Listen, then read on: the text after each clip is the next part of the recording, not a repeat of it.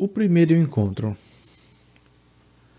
Com o crepúsculo tingindo a cena de dourado, Afonso Lopes, piloto da nau Capitânia e, abre aspas, homem vivo e destro, fecha aspas, embarcou num esquife e foi mandado sondar o porto por dentro.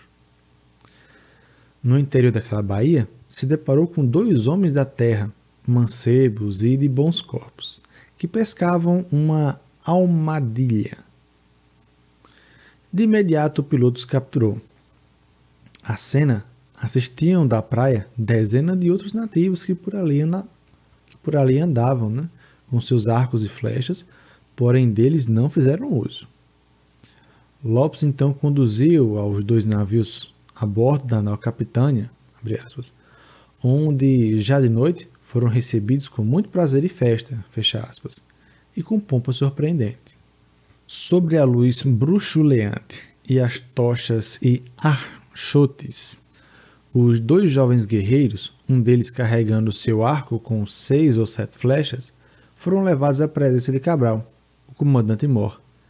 Estava sentado em sua cadeira de alpadar alto, colocado na falda de um estrado sobre uma bela alcatifa, segundo o cerimonial que regia os encontros dos lusos com os soberanos do Congo e os mercadores árabes da costa da oriental da África. Cabral estava, abre aspas, bem vestido e com um colar de ouro muito grande no pescoço. Sancho de Tovar, Simão de Miranda, Nicolau Coelho, Aires Correia e Pero Vaz de Caminha se reuniram em torno do capitão, abre aspas, assentados no chão sobre essa alcatifa, fecha aspas.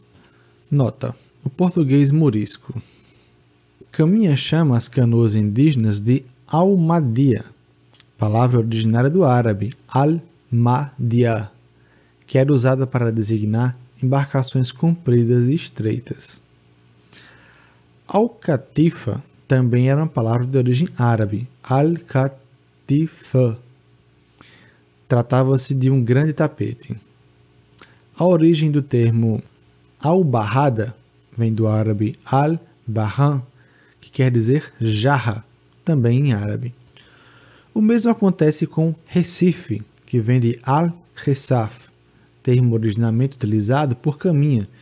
Isso demonstra a grande influência de dominação árabe exerceu sobre a língua e os costumes lusos, ainda bastante intensa no século XVI. Fim da nota. Nota do narrador. Aqui onde eu moro, Paraíba, né? Aqui o Brasil começou. Bahia, Pernambuco, Paraíba. O sotaque nordestino, ele é um retrato do sotaque português naquele momento histórico. Então a gente tem algumas coisas que são interessantes. Exemplo, algumas pessoas chamam o verbo varrer de barrer, chama vassoura de bassoura, ventana de bentana, vasculhante de basculhante, em cima de enriba, que lembra arriba. Enfim, tem vários exemplos aqui, né, que a gente consegue perceber a herança, né, aquela proximidade maior do português com o espanhol. Fim da nota do narrador. A visão daqueles nobres portugueses, herdeiros dos heróis da Batalha de Aljubarrota, pouco impressionou os 2 jovens nativos. Eles, abre aspas, não fizeram nenhum sinal de cortesia, nem de falar com o capitão ou com quem quer que fosse, fecha aspas. Por outro lado, o impacto que causaram nos portugueses parece ter sido bem maior. Aquele, na verdade, foi mais do que confuso episódio da manhã anterior. O primeiro encontro entre indígenas brasileiros e navegantes lusos. E foi preservado para a posteridade nos mínimos detalhes. De fato, a precisão meticulosa com qual Pero Vaz de Caminha tratou de narrá-lo não configura apenas uma lição de rigor jornalístico, mas uma exatidão antropológica. Abre aspas. A feição deles de serem pardos, maneira de avermelhados, de bons rostos, bons narizes, bem feitos. Andam nus sem nenhuma cobertura. não fazem o menor caso de cobrir ou mostrar suas vergonhas, e nisso são tão inocentes quanto mostrar o seu rosto. Os adereços que levavam nos beiços, o espantoso penteado de um deles, seus enfeites e plumas, tudo Caminha descreve com frescor e minúcia. Os lusos lhe mostram um papagaio, eles o reconhecem. Uma ovelha, eles ignoram. Uma galinha e eles se espantam. Da despensa, o Capitão Mor lhes trazem, abre aspas, pão e pescado cozidos, confeitos de mel e passas de figo, fecha aspas. Tudo lhes respugna, em nada tocam. Tudo que provam, tudo cospem. O vinho que lhe foi oferecido numa taça, mal molharam os lábios nele, e logo se afastaram. Em uma albarrada, lhes trouxeram água, abre aspas, lavaram as bocas com ela e lançaram fora, fecha aspas. Era água trazida de Portugal e já havia 45 dias armazenada no tonel. Ao verem um cartiçal de prata e um colar de ouro do capitão, os jovens guerreiros apontaram para eles e a seguir para a praia, abre aspas, como querendo dizer que ali havia ouro e prata, fecha aspas, segundo Caminha. Mas a seguir ele mesmo completa, abre aspas, isso nós assim pensamos, por assim desejarmos, fecha aspas. De todo modo, logo em seguida, os garotos indígenas se demonstraram um entusiasmo muito maior, uma alegria infantil, diante de um simples rosário de contas brancas. Então, por ser já tarde, os dois nativos se deitaram para dormir em pleno convés, abre aspas, sem nenhuma preocupação em cobrirem suas vergonhas. Caminha observa assim, fecha aspas, né? Caminha observa assim que eles não só, abre aspas, tinham suas cabeleiras bem feitas e raspadas, como também não eram fanados, fecha aspas, ou seja, não eram circuncidados. Tal sinal foi, de certa forma, um alívio, ao contrário dos que ocorriam em certas tribos da costa da África. Aqueles homens não tinham sofrido influência árabe. O sábado 25 de abril também amanheceu radioso. Tendo a ancoragem sido reconhecida por Afonso Lopes na noite anterior, Cabral ordenou que todas as naus entrassem na baía, logo considerada um porto, abre aspas, tão grande, tão formoso e tão seguro que poderia abrigar mais de 200 navios e naus, fecha aspas. De fato, tal baía, que desde 1817 se chama Cabralha, possui cerca de 12 km de comprimento e 5 de largura. Assim a frota ancorou, o capitão Mor ordenou que Nicolau Coelho e Bartolomeu Dias, abre aspas, baixassem a terra e levassem aqueles dois homens com seus arcos e flechas. Mas isso depois de fizera presentear cada um deles com uma camisa nova, uma touca vermelha, um rosário de contas brancas de osso, e que eles levaram nos braços mais cascavéis, guízios e campainhas, fecha aspas. Toda a cena do encontro à luz de tochas a noite anterior, os presentes de despedida, remete a vários outros encontros iniciais que os portugueses tiveram com outros povos em outras latitudes, mas se assemelha especialmente ao episódio do qual Vasco da Gama, ao chegar na Baía de Santa Helena, na costa ocidental da África, próximo ao Cabo da Boa Esperança, capturou ali um nativo e o levou a Paraná Capitânia.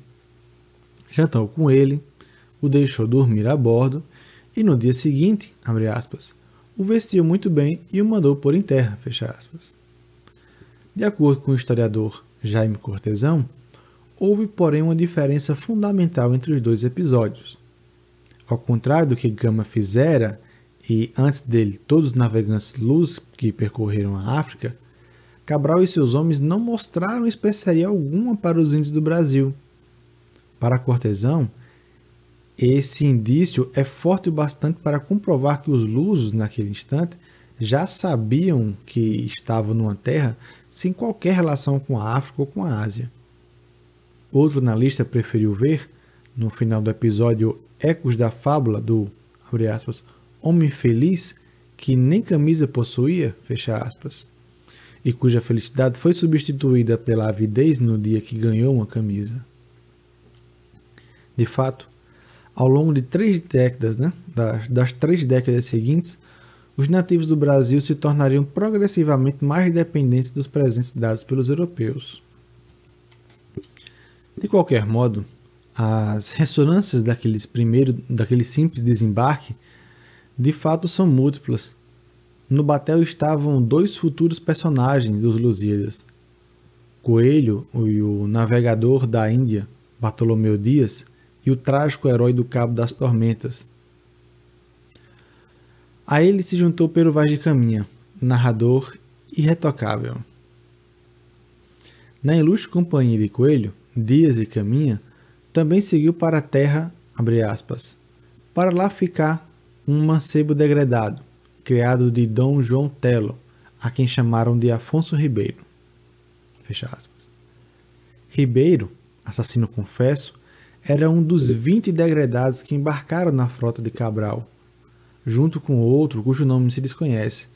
Ele de fato seria deixado no Brasil para, abre aspas, andar lá com eles os nativos e saber de seu viver e de suas maneiras, fecha aspas. Mas não a partir daquele momento, já que nesse dia nem os seguintes os índios permitiriam que ele ficasse em terra. Logo que o batel chegou à praia, os nativos que tinham dormido a bordo saíram correndo para esconder seus presentes. Mas 20 outros estavam ali e logo começaram a ajudar os portugueses a encher de água os seus tonéis.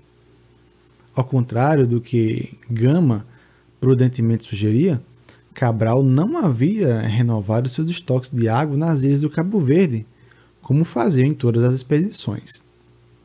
Alguns historiadores veem nessa temeridade de Cabral um sinal claro que ele tinha, abre aspas, deliberado o propósito de fazer escalas em terras ocidentais, fecha aspas. De outro modo, antes de chegar à Índia, já estaria sem nenhuma gota a bordo. À medida que os tonéis eram enchidos, Coelho e Dias distribuíam guizos e miçangas aos selvagens. Esses presentes baratos, sobras de viagem anterior à Ásia, chegavam agora a um terceiro continente, no qual, como na África e o contrário da Índia, faria um grande sucesso. Caminha pôde observar com mais detalhes as pinturas corporais e os adereços dos nativos. O que mais lhe chamou a atenção foi um velho, abre aspas, que andava por galanteria cheio de penas pregadas pelo corpo, de tal maneira que parecia um São Sebastião cheio de flechas, fecha aspas. Foi também naquele instante que Pero Vaz viu as primeiras mulheres do Brasil. Ficou impressionado com elas, abre aspas, tão moças, tão gentis, com cabelos pretos e compridos, e suas vergonhas tão altas, tão cerradinhas, tão limpas de cabeleira. Dias muito bem olhamos e não tínhamos nenhuma vergonha, fecha aspas. A seguir, com o batel carregado de tonéis repletos de água fresca, Caminha e seus companheiros retornaram às naus, trazendo o rechaçado Afonso Ribeiro. Naquela tarde de sábado, como um feriado, abre aspas, o capitão Mor saiu de seu batel com todos nós e com os outros capitães em seus batéis, a folgar pela baía, de fronte à praia que se apresentava deserta, fecha aspas. Os botes ancoravam no banco de corais, tons rubros batizados de coroa vermelha. Ali, abre aspas, onde ninguém pôde ir, senão de barco ou a nado, fecha aspas, sentaram-se todos e descansaram por mais de 1 hora. Os marinheiros pescaram com uma rede, ao cair da tarde retornaram para suas respectivas naus. O bom selvagem e a primeira missa. No dia seguinte, 26 de abril, era domingo de Pascuela, um dia primeiro após a Páscoa. Cabral mandou então que que um altar muito bem arranjado fosse erguido da parte emersa do ilhéu da coroa vermelha, sobre um esperável, que é uma espécie de tenda ou dossel em forma cônica. Ali, Frei Dom Henrique cantou a missa junto com os demais frades e capelães. Cabral levava consigo, abre aspas, a bandeira de Cristo, cuja obediência viemos com a qual saíra de Belém, e que manteve sempre alta durante o Evangelho, fecha aspas. Enquanto os portugueses escutavam a missa, abre aspas, com muito prazer e devoção, fecha aspas, a praia encheu-se de novos nativos. Eles sentaram lá, surpresos com a complexidade do ritual, e ficaram observando de longe. Dom Henrique acabou a pregação e os indígenas ergueram e começaram a soprar conchas e buzinas, abre aspas, saltando e dançando por um bom tempo, fecha aspas. Após o almoço, Cabral voltou a se reunir com os capitães de sua nau e decidiu então que a naveta de mantimentos, cujo capitão era Gaspar Lemos, seria esvaziada e enviada de volta para Portugal, com a notícia do, abre aspas, achamento da nova terra, fecha aspas. Estabeleceu-se também que nenhum indígena seria capturado. Os lusos já tinham concluído que informações obtidas de reféns não eram muito confiáveis. Abre aspas. Melhor faria 2 degredados que deixasse aqui, fecha aspas. Após o almoço a bordo, e como era dia de folga, Cabral sugeriu que fossem todos à praia, ao encontro dos índios que ali ainda estavam. Com os batéis embandeirados, os lusos ancoraram na foz do rio Mutari, à sombra dos palmiteiros e bananeiras, as quais se serviram, dos frondosos jacarandás, perobas, cedros e imensas árvores de pau-brasil. Diogo Dias, homônimo do seu irmão Bartolomeu, do irmão de Bartolomeu, homem gracioso de prazer, levara consigo um gaiteiro. Como percebera que os nativos dançavam sem se tocar, abre aspas, meteu-se com eles a dançar, tomando-os pelas mãos, e se folgavam a rir, e andavam com ele muito bem ao som da gaita, fecha aspas. A seguir, o mesmo Diogo deu várias piruetas, saltos mortais, o que encantou os selvagens. O dia se passou de forma tão prazerosa que, ao retornar à noite para a nau, dando início ao diário que enviaria a forma de carta para Dom Manuel, Caminha fixou as primeiras imagens do bom selvagem, cujos ecos se prolongariam pelos 2 séculos seguintes, quando os filósofos Montaigne e Rousseau defenderiam veementemente a superioridade do homem natural sobre o civilizado. De fato, ao observar os nativos, eles eram, abre aspas, muito bem cuidados e muito limpos, tão gordos e formosos que mais não podem ser, fecha aspas. Caminha os comparou a aves e animais monteses, aos quais o ar faz melhor pena que os melhores penugens aos quais domesticados, fecha aspas. Achou por isso que os nativos, abre aspas, não tinham casas nem moradas, fecha aspas, vivendo ao ar livre.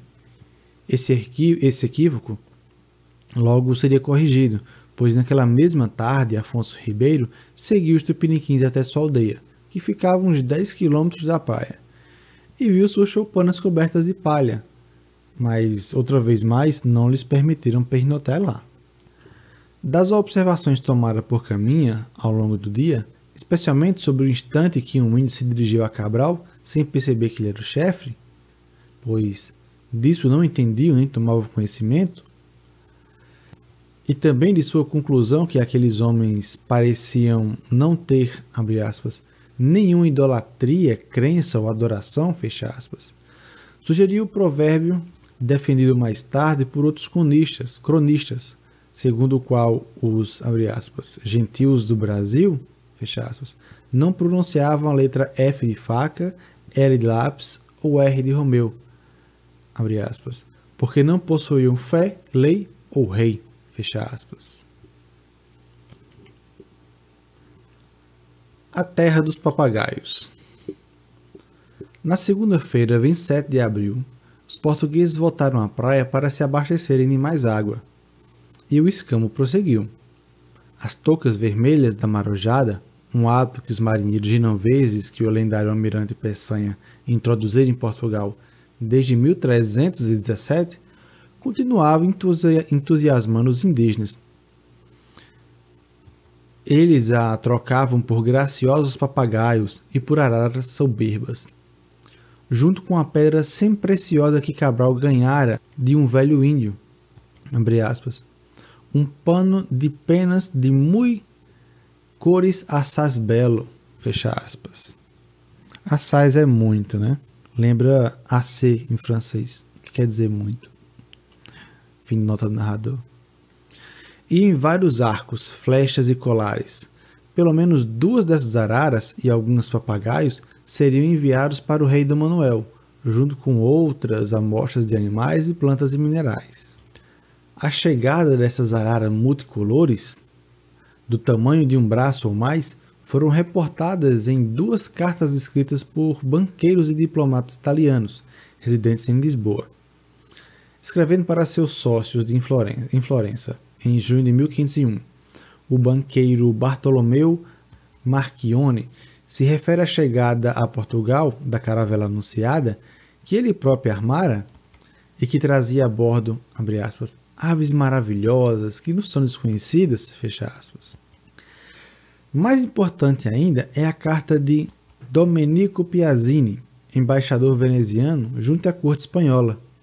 Escreveu para o Doge de Veneza, em 27 de junho de 1501, na qual ele diz, abre aspas, acima do Cabo da Boa Esperança, para as bandas do sudoeste, descobriram uma terra nova.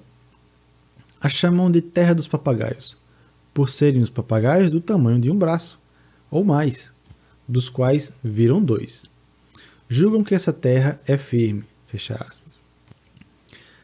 De fato, em 1502, no mapa mundi feito sobre as instruções do espião italiano radicado em Lisboa, Alberto Cantino, o primeiro a representar o Brasil, o litoral da Nova Terra aparece bordado por um frísio de araras enormes e rutilantes.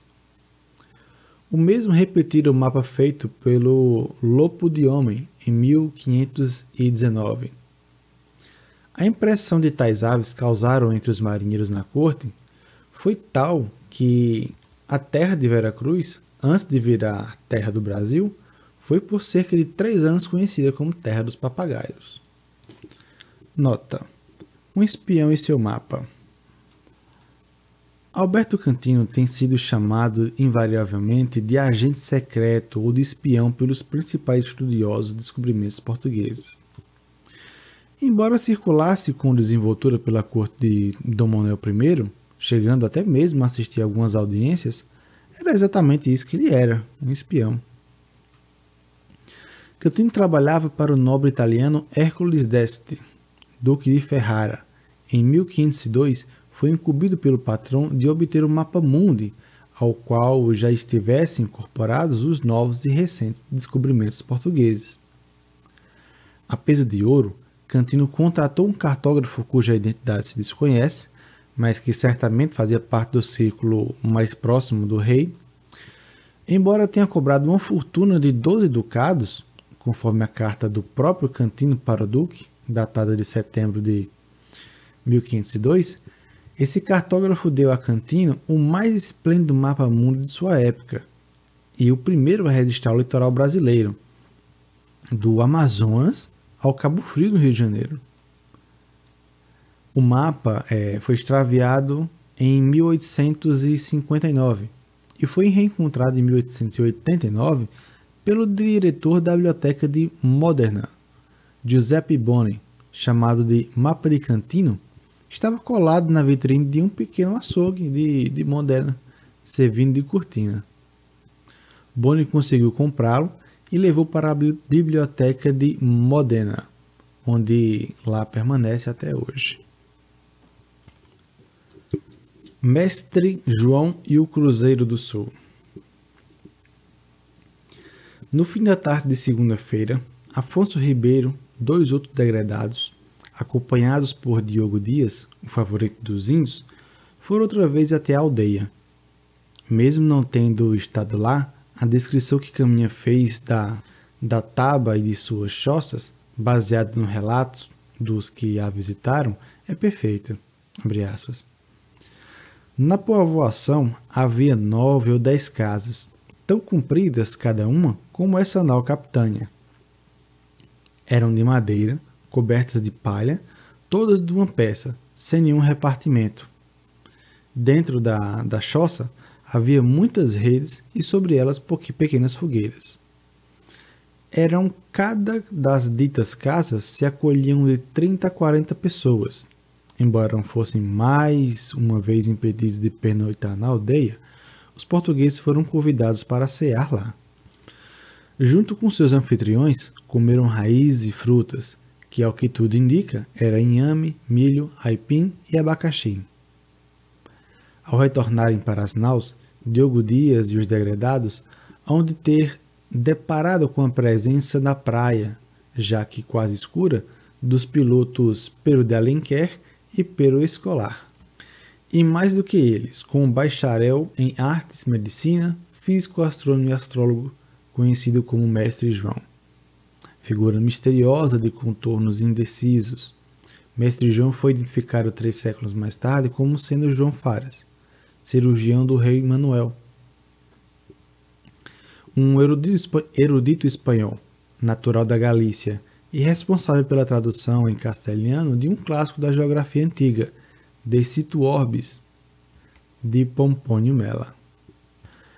Durante os primeiros 6 dias de que a armada esteve ancorada em Cabralha, Mestre João permanecera incomodamente trancado a bordo de um navio muito pequeno e muito carregado, na qual não há lugar para coisa alguma, fecha aspas. Estava doente, abre aspas, por causa da perna, que tinha muito mal, que de uma coçadura se fez uma ferida maior que uma palma de mão, fecha aspas. O fato de Mestre João, mesmo sendo médico, ter contraído uma chaga, muito provavelmente por desleixo com a higiene pessoal, é um sinal elucidativo das condições sanitárias a bordo das naus do século XVI. Naquela manhã de segunda-feira, enquanto os marujos colhiam lenha e água, Mestre João descera à terra pela primeira vez. Fora medir com seu grande astrolábio de madeira a altura do sol ao meio-dia, de modo que a armada pudesse saber a latitude que se encontrava. A medida foi de aproximadamente 17 graus. De fato, a Baía Cabralha se localiza a 16 graus, 21 horas e 22 segundos de latitude sul. Na carta que enviaria ao rei Dom Manuel, Mestre João esclarece que durante toda a viagem tentaria medir o grau da latitude, mas o balanço do navio sempre provocava um erro de 4 ou 5 graus. Por isso a frota tinha, até então, recorrido às chamadas tábuas da Índia, espécie de barestrilho usada pelos pilotos árabes, que Vasco da Gama capturara no Índico e trouxera junto com os próprios, para que os portugueses pudessem comparar a eficácia dos 2 instrumentos. Com as medições feitas em terra, o astrolábio provou ser melhor. À noite, com a lua nova, o Mestre João tornou a desembarcar. Já houve quem comparasse com Pero Vaz de Caminha. Enquanto este descreveu a terra e seus habitantes, o Mestre João se tornaria o, abre aspas, narrador do céu austral das estrelas. De fato, naquela noite, ao observar as estrelas do hemisfério sul, Mestre João chamaria sua principal constelação de Cruzeiro do Sul.